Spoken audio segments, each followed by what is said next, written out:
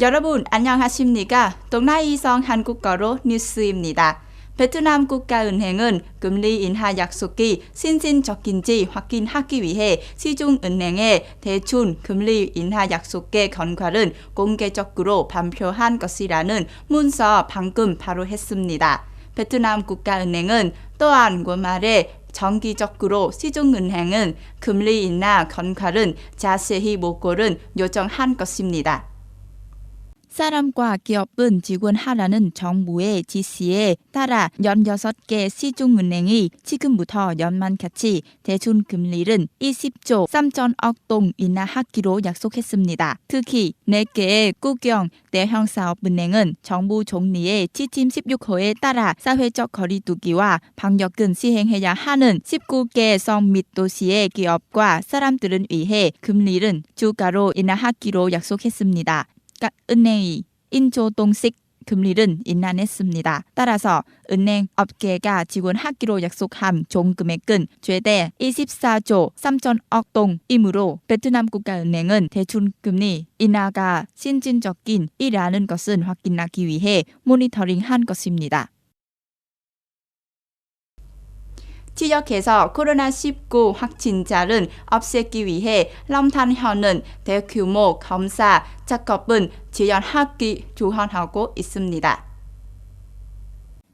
대규모 검사 속도를 높이기 위해 럼탄현의 보건센터는 14개의 면과 시지 내 가며 코로나19 신속검사 샘플은 제출은 시행하려고 여러 그룹으로 나뉜 사립의원, 학교 보건 종사자와 협력하는 의료진은 배치했습니다. 샘플은 제출하는 과정이 보건부의 OK 권장 상황은 준수하여 빠르고 안전하게 수행은 요청되었습니다. 지난 2일 동안 현 전체에서 코로나19 신속검사를 받은 사람이 총 11,000명은 넘어섰습니다. Tâm An, Bình An, Cẩm Đường, Tân Hiệp 등 면들은 목표의 100%를 완료했습니다.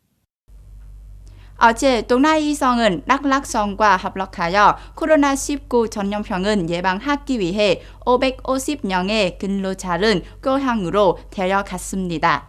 이 여행 동안 낙락성은 사람과 개인 차량은 실을 수 있는 25대의 차량을 마련했습니다.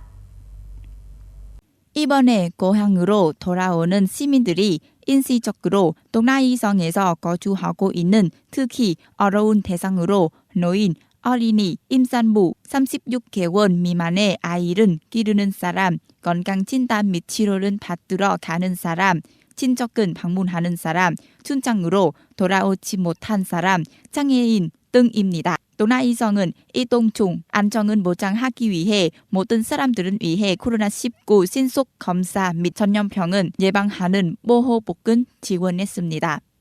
이동하는 동안 유리한 조건을 조성하기 위해 동나이성의 경찰은 모안과 진설을 보장하는 군대를 배치하고 동나이성 당은 끝까지 안내 차량은 배치했습니다. 이 근로자들은 낙락성으로 돌아온 후 규정에 따라 격리된 것입니다.